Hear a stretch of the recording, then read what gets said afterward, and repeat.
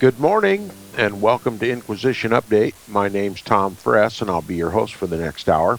You're listening to FirstAmendmentRadio.net. Thanks for tuning in, everybody. We're going to continue where we left off yesterday in our discussion of the Vatican's involvement in China. And this is, it's fortunate, at least for the reading and discussion of this book, that people's attention have been drawn to the conflict in Syria and China and Russia's recent involvement. And I say that there is evidence in this book regarding the influence of the Vatican in China, that China may well be responding to Vatican initiatives in its confrontation with the United States over Syria. So it's important that we comprehend what the book has to say. Now, if you're following along in your own copy of the book, we'll begin in the third full paragraph on page 176. Remember, we were talking about the controversy between the Chinese government and the Vatican over investiture and other human rights issues. And so we continue. He says, if the relationship between these two ancient powers, that is the Vatican, which is ancient, and China, which is even more ancient, sometimes seems hopeless, China and the Holy See have actually found ways to accommodate each other over the years. The Vatican has explicitly disavowed government-appointed bishops, but has tacitly accepted most of them. The Chinese have explicitly outlawed the underground church, but usually turn a blind eye to its members so long as they worship discreetly, much as early American colonies like Maryland turned a blind eye to their quote-unquote Romanists and quote-unquote Papists so long as the offenders kept their religion to themselves. Now, I don't want to be redundant, but I just want to remind the listeners that in the colonial period, the Protestants were well aware of the dangers of Roman Catholicism. They called it the Church of Antichrist, and the Pope was the Antichrist of that church. And it was the greatest of all evils to be feared in any nation, Roman Catholicism. And there was but one Roman Catholic colony. Maryland was named after Mary, the Virgin Mary, and it was to be a Roman Catholic colony, but the overwhelming majority of Protestants in the colonies suppressed Roman Catholicism. Roman Catholics were considered Papists and Romanists. They would never be American. They would always have their first loyalty to the Pope and to their religious cult, and that's exact. You heard me. It's not Christianity by any stretch of the imagination. It's a man-made cult that wraps itself around a pretense of Christianity, but it is a religion that is called universal, and it is rooted in Babylonian mysticism. All right, and the Pope is the head of this. Now, the Bible speaks of it, Revelation chapter 17 and 13 and other places, and a Bible study that I've been attending, we find in the New Testament, many comments made by Christ, eventually forecasting some of the primary characteristics of this Roman Catholic Church. So, I mean, if you still believe Roman Catholicism is Christianity, I beg you to do some of your own research on this subject. So, the Roman Catholic Church in China was largely treated much like Roman Catholicism was treated in the colonies. Roman Catholicism in China, at least from the government's point of view, should be suppressed. Or at least the Chinese government should have control over the appointment of the bishops of that Catholic Church. Now it says, the Chinese have made halting moves toward compromise with the Vatican, or rather they were making such moves until a couple of years ago when they abruptly began to backslide. Why this reversal occurred is not clear, but it is part of a recent push in China to restrict freedom in all the nation's recognized religions. In addition to Catholicism, these include Protestantism, Islamism, Buddhism, and Taoism. One recent snapshot of the religious situation in China, the U.S. State Department's 2012 annual report on international religious freedom noted, quote, a marked deterioration during 2011 in the government's respect for and protection of religious rights, unquote. China has ordained at least 4 bishops in defiance of the Vatican since 2012. Again, we're talking about investiture here. The Chinese government wishes to appoint bishops and deny the Vatican any involvement in it. This is understandable given the history of the Roman Catholic Church, especially here in America. It says China has ordained at least 4 bishops in defiance of the Vatican since 2010, all of whom were automatically excommunicated by the Vatican. None of China's bishops are permitted to freely communicate with Rome. Those who resist government control can expect to join a number of Catholic bishops already in jail or otherwise detained. So there is, from Rome's point of view, religious persecution against Roman Catholicism in China. Now it says one such recent detainee is the Reverend Thaddeus Ma Dakin. In the summer of 2012, Reverend Ma celebrated his consecration as auxiliary bishop in Shanghai by immediately announcing his break from the Chinese Patriotic Catholic Association. Remember, that's the wing of the Roman Catholic Church in China, which is bifurcated. There are 2 Roman Catholic churches in China. One accepts the authority of the government over that church, and the other church, which is called the underground church, accepts only the authority of the papacy, and they are forced underground to worship because of government persecution. And it says he was immediately taken away by authorities and placed under house arrest in a seminary where he apparently remains today. So an open defection from the official government-sponsored Roman Catholic Church got him in trouble, got him in prison by the government. He says there will doubtless be more such incidents ahead as Vatican-China relations develop. As the political scientists Ronald Engelhardt and Christian Welzel have noted in their scholarship on modernization and democracy, a China that tends to join the modern world as a knowledge society, a quote-unquote knowledge society, whatever that means, is a nation that will have to embrace a more open society sooner or later. Okay?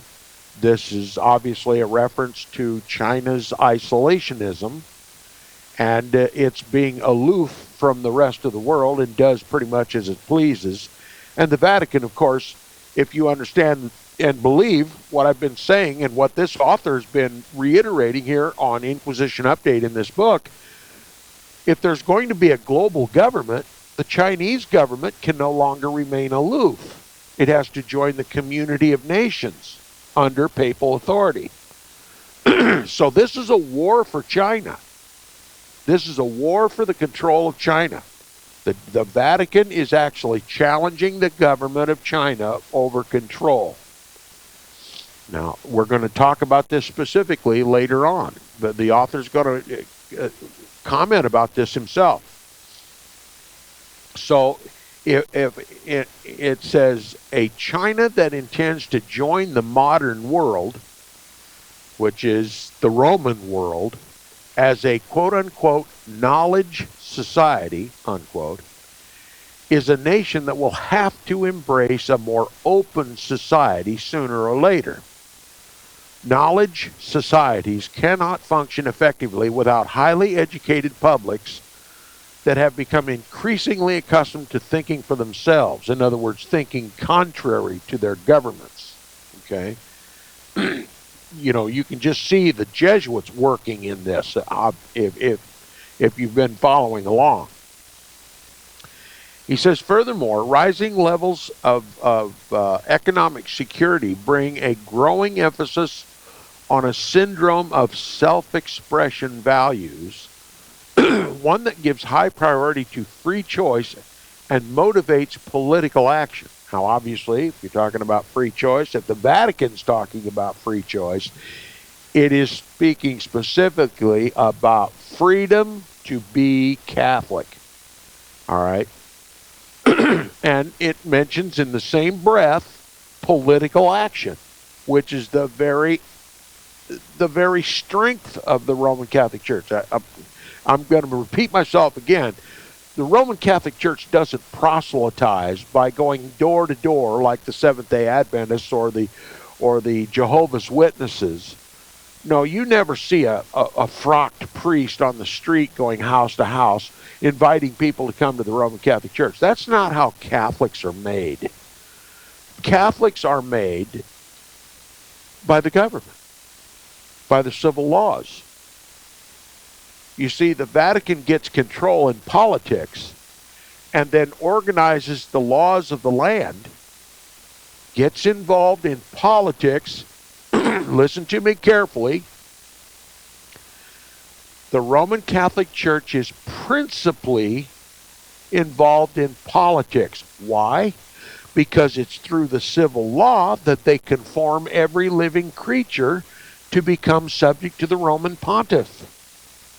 Okay? The civil laws of the land are just Roman Catholic canon law written on different paper and using different words, but the effect is the same, to make every person conform to a system that is compatible with Roman Catholicism. All right? So political action is the all in all of Vatican, the Vatican's effort to Catholicize any nation. First, get control of the government. That's what they've done in the United States. That's obviously what they're attempting to do in China. That's what they've done throughout its history. That's how you are being made Catholic. Without your knowledge, you are forced to conform to Roman Catholic canon law through the civil laws of the land. Okay, the entire system of the United States is designed to make you subject to the Roman Pontiff, because the state is the servant of the church. That's Roman Catholic canon law. If a state does not serve the Roman Catholic Church, then it is a government de facto. It may be a government in fact, but it's not a government de jure. Okay, that means it is not have communion with the Roman Catholic Church. It's a rebel government. Now, the Vatican considers China a rebel government. It won't allow the Pope to run the church. The Vatican early on in the colonial period considered America a de facto government because it was run by Protestants. Okay, so then we had the Civil War. Okay, that separated the colonies from Protestant Great Britain, and that gave religious liberty to Catholics. Okay, that was just the first step in Catholicizing the government by getting control of the government. All right. First of all, they had to achieve religious liberty for Catholics. Roman Catholicism was suppressed in the colonies and through the Revolutionary War, and then compounded by the Civil War. Amendments were made to the Constitution that virtually enslaved us all. Remember, it is absolutely essential for salvation that every human creature be subject to the Roman Pontiff. If you want to know what's going on in China, all you have to do is study how Rome got control of the government in this country. And we've covered it many times on Inquisition Update. It'll be a constant reference here at Inquisition Update, and you simply must know the Vatican's machinations in China are going to be similar. And one of the first things Rome does in order to get control is to get that nation, that target nation, that mission nation, that nation that the Vatican considers a missionary field to become Roman Catholic, is to indebt that nation beyond its ability to pay. So they foment wars, costly wars, that cost in treasure and cost in spirit and cost in every way, and bring the nation to distress financially, and then through the Jesuit financiers finance these wars, and then the nation becomes a slave to its creditor. Okay? And this may be, well, what's going on right now with China's involvement in Syria is to indebt China to a costly war. This is all because the Vatican is going to have a new world order. It's going to rule this world, and China is a recalcitrant nation and needs to be brought into the family of nations, and since she won't come willingly, she's got to come forcibly. And so now she's involved in a mess in Syria with the United States, and we're all falling for the old trap that's been used over and over and over again. When will the world ever wake up? It's important that you know what role the Jesuits play in the world in fomenting wars to get nations indebted beyond their abilities to pay. And this is the very nature of the Jesuits. Now it says, furthermore, rising levels of economic security bring a growing emphasis on a syndrome of self-expression values, one that gives high priority to free choice and motivates political action. After a certain point, accordingly, it becomes difficult to avoid democratization because repressing mass demands for more open societies becomes increasingly costly and detrimental to economic effectiveness. So this the author is plainly telling you here that the fight to remain aloof from the rest of the nations is eventually going to become extremely costly for China. You're listening to the American ambassador to the Holy See. He's telling you flat out, China can't afford it. China's either going to come voluntarily or we're going to bury her in debt.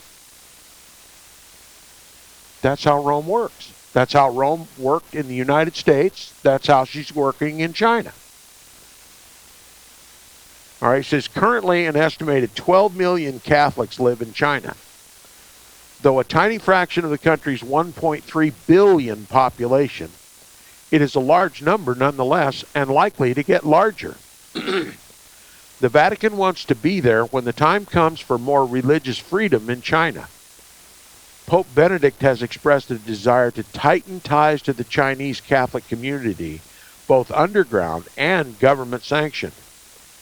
The Chinese government has its own reasons for eventually making peace with the Roman Catholic Church. As the Beijing-based Italian journalist and Sino-Vatican expert Francisco Sissi has observed, a spiritual vacuum opened in China after the flaws of Mao and his version of communism were officially acknowledged. Into this vacuum flooded numerous faiths and cults. Here the Jesuits are involved again. He says, into this vacuum flooded numerous faiths and cults, some of which, like Falun Gong, are now deemed threats by the Chinese government. So how does Rome get the Chinese government to warm up to Roman Catholicism? Since it can't suppress religion, the practice of Roman Catholicism in the country, the Jesuits simply insert all kinds of cults and religious institutions that will war with the government, to cause trouble for the government. And then, by contrast, the Roman Catholic Church looks like a stable religious institution that it ought to chummy up with in order to maintain control. You see, that's what Washington's all about. chummying up with the Vatican in order to maintain control. Take advantage of the power asserted by the Roman Catholic Church by joining it. That's what's going on. That's what ecumenism is all about. That's what Vatican Council II was all about. Not to just bring the Protestants back to the Roman Catholic Church and become subject to the Roman Pontiff, but to show the government that now that the Roman Catholic Church has gobbled up the Protestant churches back into its fold, it now has a political majority, a vast political majority, that Washington and the politicians that survive on the public dole in Washington, if they want to stay on the public dole, if they want to maintain their power, prestige, and authority, they must embrace the Roman Catholic Church and her ecumenical evangelibellies because they have a political mandate. So the same thing, the same dynamics are working in China. Now he says Beijing may have originally miscalculated the destabilizing potential of these new religions, these cults, neglecting their spread as it sought control of older, more traditional religions like Roman Catholicism. The Chinese eventually came to realize, apparently, that, here it is, here's the punchline, that Catholicism has the virtue of being an established and stable faith, as well as Western and modern, without being driven by an explicitly political agenda. So what the Vatican through the Jesuits inserts all these cults that put a political threat on the government, and then the government looks at the Roman Catholic Church and says, well, the whore from Rome ain't all that bad after all, right? There's how ecumenism works. All right, eventually, the Chinese government is likely to appreciate the positive dynamic that Archbishop Magliore identified to me as the source of the church's soft power. Okay, that was a demonstration of the church's soft power. Catholicism is a great social binding force, and then see the value in promoting it. There you go. Make Roman Catholicism seem like the greatest of all socially binding force. You want to unite the people, you back the Roman Catholic Church, because the Roman Catholic Church unites people. If people are your power, then you have to be on the side of the majority. And Rome is expert at displaying herself as the majority social power in any nation. And so the implication is clear. Rome has put forward the ultimatum. You either side with us or you're going down in smoke. Okay? And again, I make reference to China's recent involvement in Syria against the United States. Push is coming to shove. The Vatican is never going to relinquish China to remain aloof and separate from the rest of the world when she claims divine right to rule the entire world and every human creature in it. So China's got to come along one way or another. And if soft power doesn't work, hard power will mop it up. Okay, it's going to be very expensive for China. It's going to be very expensive for the United States, but Rome stands to do nothing but win when the nations become indebted to the Vatican financiers that rule this world. We'll be back right after the messages. You're listening to Inquisition Update on First Amendment Radio. Stay tuned. We'll be right back.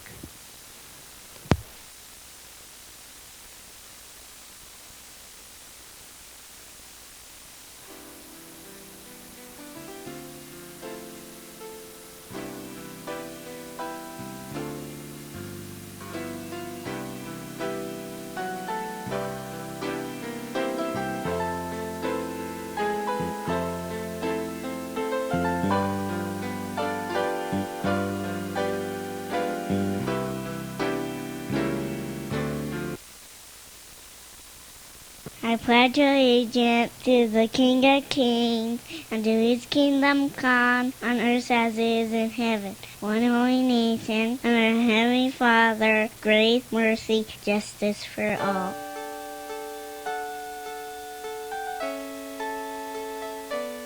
The program you are listening to is 100% sponsored by you, the listener, on this First Amendment Rights Media channel. You will notice that there are few commercials on this radio network. There's a good reason for that. Corporate advertising dollars come with strings that limit program content. So without your help, these programs cannot continue on internet or our several affiliates. If you benefit by the educational law programs, we ask you to give. If you are admonished or nurtured by the Bible and ministry programs, we ask you to give. If some voice a cause that you are passionate about, we ask you to give. If you believe in any of these, we ask you to support them as you would a missionary on a continual basis, as if giving a tithe for missionary radio. These programs are not commercially viable and must be supported by those faithful to the cause of truth. Look for the button to sponsor your favorite programs at our listen and schedule pages on the internet. Then, when you subscribe, we will send you the last quarterly MP3 CD of that program immediately, and continue to do so with each new quarter. We will also give you unlimited archive access to all of our programs. We're asking you to give much less than a tithe, so that you may also send support directly to a particular program host, cause, and anywhere else the Spirit may lead you. Do all to the glory of our God and Creator, for His holy nation, the only kingdom that will last forever. Thank you for listening.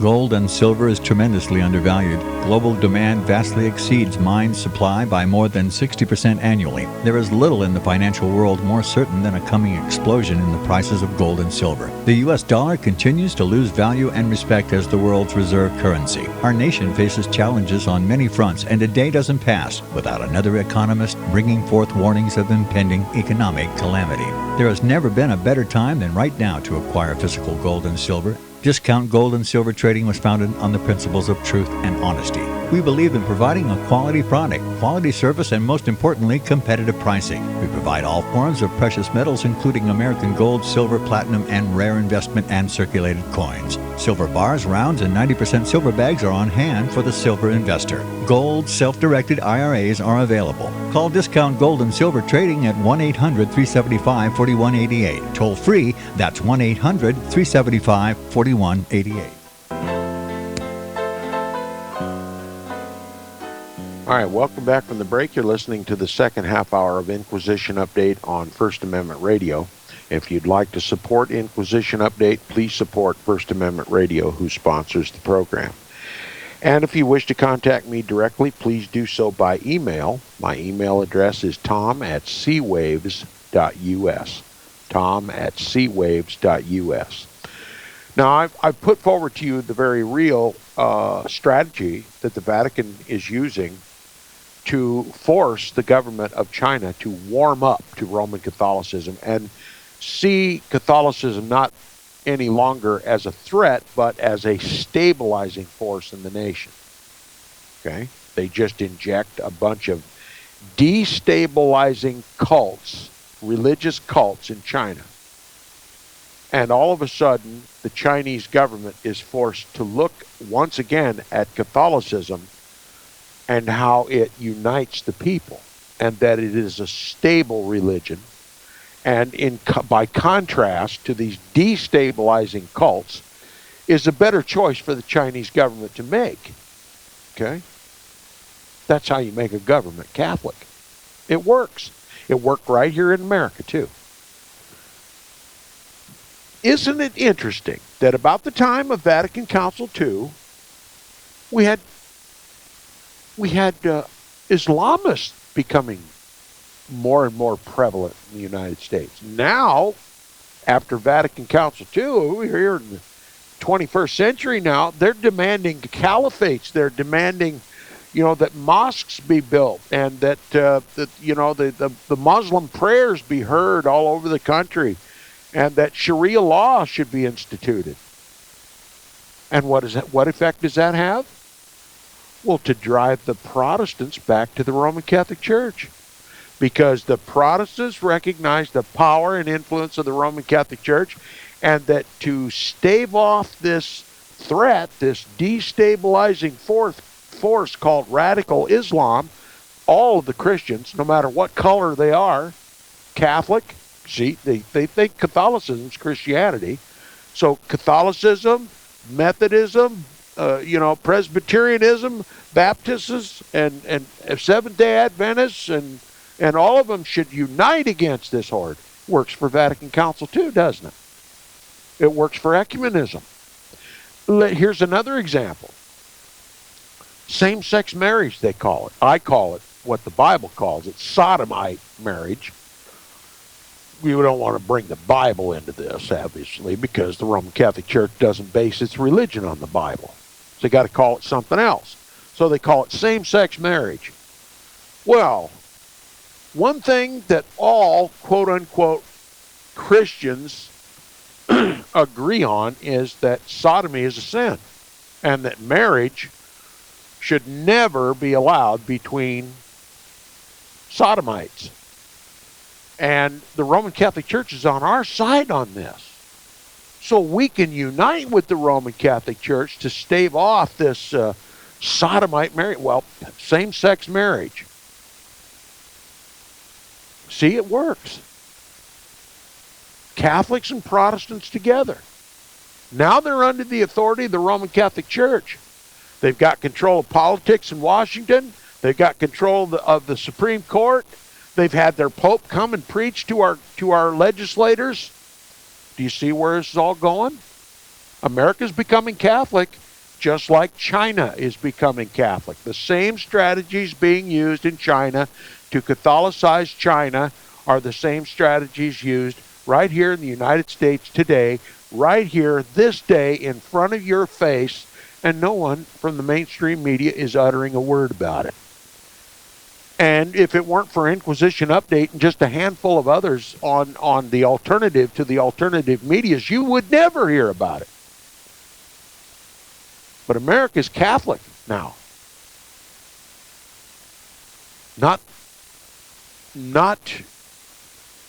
Maybe not willingly, just by default. Is that okay with you? It's not okay with Inquisition Update. Okay? I have no fellowship with the unfruitful workness of darkness. No fellowship with the unfruitful works of darkness. I choose to reprove them, to expose them, and to denounce them as Antichrist. We shouldn't negotiate with the terrorists called Roman Catholicism. It is Roman Catholicism that has brought these destabilizing threats to this country in order to gain control of this country. They did it here. They're doing it in China. They're doing it all over the world. And it's working simply because we have forgotten the greatest of all evils to be feared in every land. We have forgotten our Protestant heritage. We have given up the protest. The Bible says he will wear down the saints, wear out the saints. That's what he's done. He's worn out the saints. Deluded them, pacified them, and now is on the verge of annihilating them, if not physically, spiritually. We can't serve two masters. We cannot profess Jesus with our mouths and serve the Antichrist with our hands and our feet. We've got to take a stand. We've got to take a stand. He says how the relationship will evolve, that is, the relationship between the Roman Catholic Church, the Vatican, rather, the papacy, more specifically, and the Chinese government. It says how the relationship will evolve remains unclear, but it's likely to be interesting, says the author. As noted earlier in this book, the Holy See and China diplomacy share a long-term, far-sighted perspective. In his recent book on China, Dr. Henry Kissinger, a papal knight, if you don't already know it, many of you do, Dr. Henry Kissinger quotes Deng Xiaoping's 24-character message to the Chinese people as he neared retirement in 1997. Quote, "Observe carefully, secure our position, cope with affairs calmly, hide our capacities, and bide our time. Be good at maintaining a low profile and never claim leadership," unquote.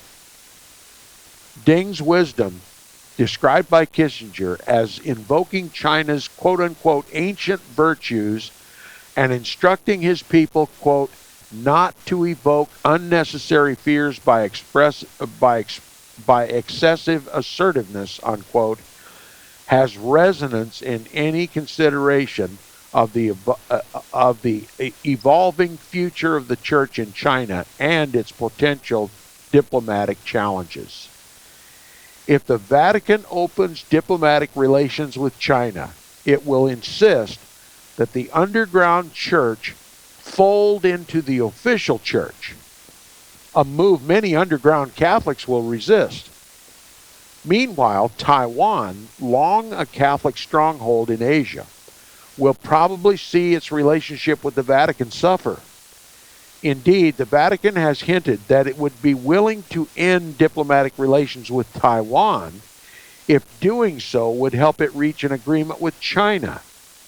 This issue was raised during my confirmation hearing, says the author, when a senator asked whether there was any truth in the rumor that the Vatican was considering moving its nunciature, the papal nuncio, from Taiwan to the mainland. I responded that any potential change in the Holy See's diplomatic representation in China would involve an expansion or return to the mainland, but would not be an abandonment of Taiwan. See, Rome never gives anything away, right? He says some local Taiwan Catholic groups were not convinced by my words and wrote me stinging letters to tell me so. Their anger was a good reminder of the delicacy of the situation. The Holy See will have a diplomatic challenge on several fronts if or when a more formal diplomatic arrangement is taken with China. For the immediate future, it appears the relations will stay more or less as they are. That is, unless Rome can destabilize the Chinese government by getting them involved in a global war over Syria. All right? He says, for the immediate future, it appears that relations will stay more or less as they are. This was confirmed when I met Archbishop Claudio Celli not long after President Bush's visit to China. Archbishop Celli was Undersecretary for Relations with States. Remember, we talked about that earlier. And it was him that Ambassador Milady handed President George H.W. Bush's letter prior to the first Iraq War, and had since become the Secretary of the Administration of Patrimony of the Apostolic See, the agency that oversees Vatican properties. A leading expert on China within the Vatican, Celli had recently gone to China for back-channel negotiations with the government. The Chinese officials he met showed little willingness to concede church control to the Vatican. In fact, negotiations went so poorly that at one point, Celli threatened to pack his bags and leave. He stayed, but little progress was made. Quote, China is like a bird cage, unquote, Archbishop Celli told me, describing the church's freedom of action in China. Quote, the bird can fly, but not far. Sometimes the cage expands, and sometimes it narrows, but the cage is still a cage, unquote. So the Roman Catholic Church is, not at liberty in China. And the Vatican has to do something about it. Because when the Roman Catholic Church is not free in China, the papacy is not free to govern the church. And that makes the government of China a de facto government. Does it not? So they're going to teach China a lesson. And guess who's going to be called upon to do that little nasty deed for the Vatican? The United States of America, that once protested this monster in Rome. Now, part 4 of the chapter continues. He says, the month after President Bush's visit to China, December 2005, brought not only our first Christmas in Rome, but the 40th anniversary of Dignitatis Humanae, the Vatican Council II Declaration on Religious Freedom that was promulgated on December 7, 1965. We recognized the anniversary by organizing a panel discussion and reception to highlight the First Amendment, the role of the American Church in the American Roman Catholic Church, together with her ecumenical evangeli bellies, in promoting interfaith dialogue. That's the uniting force of the Roman Catholic Church, interfaith dialogue, and acceptance of other faiths. That's what ecumenism truly means, is the unification of all the world's religions under the authority of the papacy, so that every living creature may be subject to the Roman pontiff. And of course, the teachings of Dignitatis Humanae, the dignity of the human being. That's what Rome's going to do, going to base all of her ecumenical movement in the world to unite all the world's religions under one religious, political, and social and economic authority, the papacy itself, and it's going to use the dignity of the human person as the calling card. Okay? Everybody wants their rights, right? So the Vatican's going to be the authority on human rights, just as it insisted that it has been all its life, the entire history of the papacy. Now, speakers include Cardinal Theodore McCarrick, who addressed the topic of religious freedom with reflections of his personal experiences in China, Bosnia, and throughout the world. Scott Appleby of the Kruk Peace Institute at the University of Notre Dame, who summarized the evolution of the United States' view of religious freedom, and Jim Towie, the director of President Bush's White House Office of Faith-Based and Community Initiatives, who examined the First Amendment's protection of religion. Okay, we're talking about the Constitution now. He says, they were all great talks, and this last one particularly sticks with me. Towie pointed out that the language of the religion clause of the First Amendment, quote, Congress shall make no law respecting an establishment of religion or prohibiting the free exercise thereof, unquote, contains two equally important ideas. The first, articulated in the Establishment Clause, is that Congress may not back, create, or favor any religion. Okay? So this ought to make the Protestants just outraged, right? You don't hear it, do you? Not one whimper. He says this is the part that everybody seems to grasp. Separation of church and state. Less well understood is what comes after the comma. The Free Exercise Clause, which tells us that Congress cannot discourage any religion by, quote, prohibiting the free exercise thereof, unquote. This is the phrase that some people, particularly those of a secular bent, often gloss over. The founders were clearly stating that government cannot prevent religious practitioners from living in accord with their faith. In stressing this second part in his talk for our panel, Towie anticipated actions that would be taken by the Obama administration 5 years later to force Catholic and other religious institutions in the United States to pay for forms of health care such as birth control and pregnancy termination that contradict fundamental Catholic beliefs, not to mention the explicit intent of the Bill of Rights. Another important incident I recall well from that December was a meeting with Archbishop Leonardo Sandri. At the time, the sostituto, essentially the number 3 man at the Vatican, who was very knowledgeable about Latin American affairs. A native Argentinian, he had served as nuncio to Venezuela between 1997 and 2000 during the rise of Hugo Chavez. Chavez went on to distinguish himself as the most difficult leader in Latin America since Fidel Castro, spouting anti-American rhetoric, ignoring the international agreements on narcotics trafficking, and using Venezuelan oil profits to fund dissension throughout the region. Archbishop Sandri told me that he believed Chavez could be, quote, dangerous, unquote, but he thought it unlikely that the church would speak too loudly against him. Quote, the Holy See continues to feel that a non-confrontational approach to Chavez is the right strategy for the time being, unquote, we later explained in a cable to the State Department. But, quote, the Vatican hierarchy is under no illusions about the danger of Chavez and kindred souls, unquote.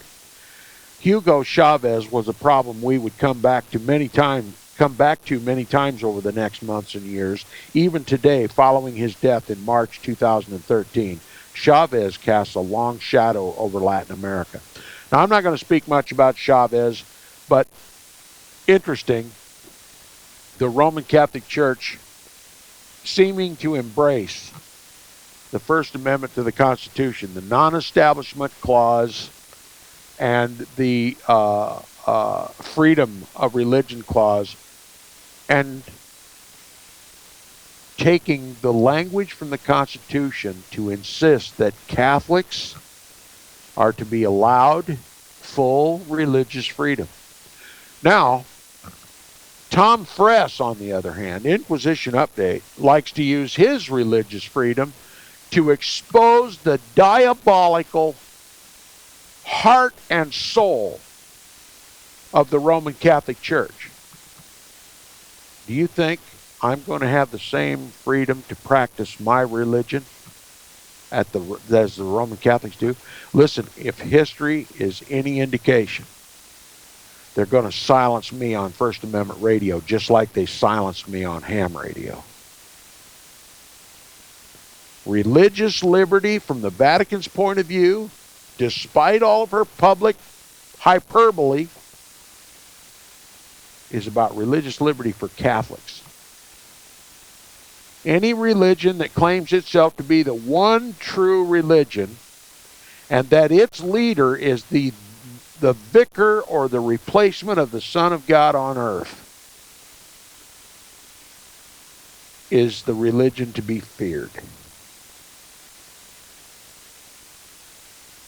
The Protestants understood this when they were Protestant. Where is Protestantism today?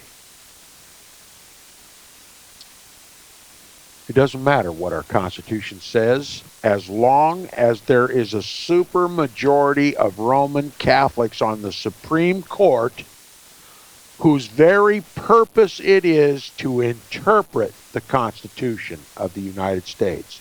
It is that interpretation, that Roman Catholic interpretation of the Constitution, that is going to give religious liberty to Catholics and deny the same to me and you, if you are a protester. Justice Scalia was quoted as saying, the Constitution of the United States is a living document, a quote-unquote living document. Isn't that the same thing the Vatican has always said about the Bible? And that just like every living creature, it develops. It changes over time. And that's why this country is flooded from coast to coast and border to border. The Bible is perverted all over this world.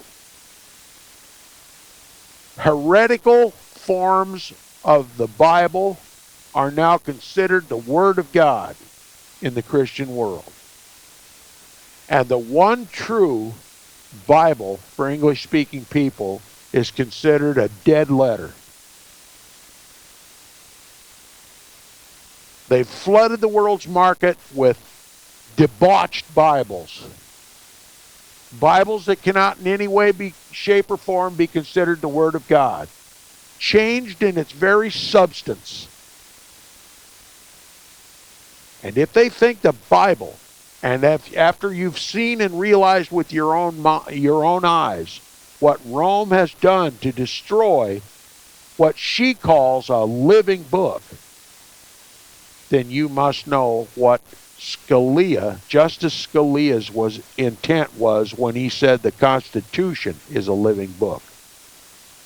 They are going to bastardize the Constitution of the United States. They are going to change the meaning. They're going to change the content. They're going to change the interpretation of the Constitution of the United States till it won't even resemble the original.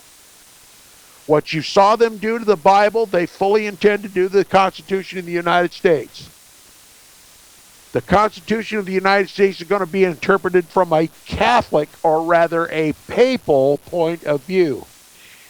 And if you want to know what that point of view is, all you have to do is read Pope Pius IX's encyclical and Syllabus of Error of 1864.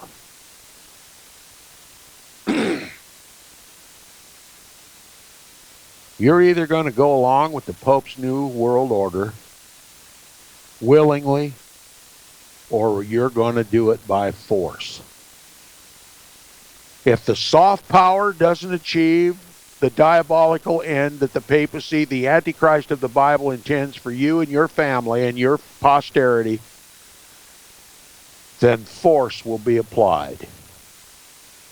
And it will be the American government, or it will be a UN coalition, or maybe it will even be China and Russia and Iran. But you're going to come to the New World Order kicking or screaming. That's what the Pope intends. He's going to rule this world with a rod of Roman iron, claiming all the while to be the vicar, the replacement of the Son of God on earth. And you've got to know, after reading and understanding this book, this Roman Catholic is admitting that the Vatican, no, he's boasting that the Vatican controls this government. Are you ready to protest?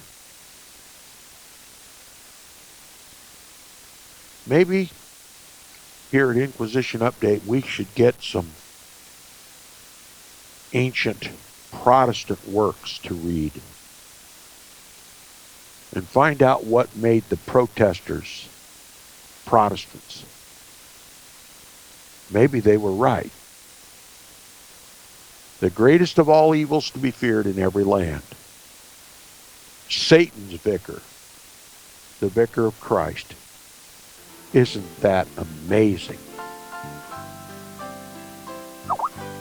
We'll be back tomorrow on Inquisition Update.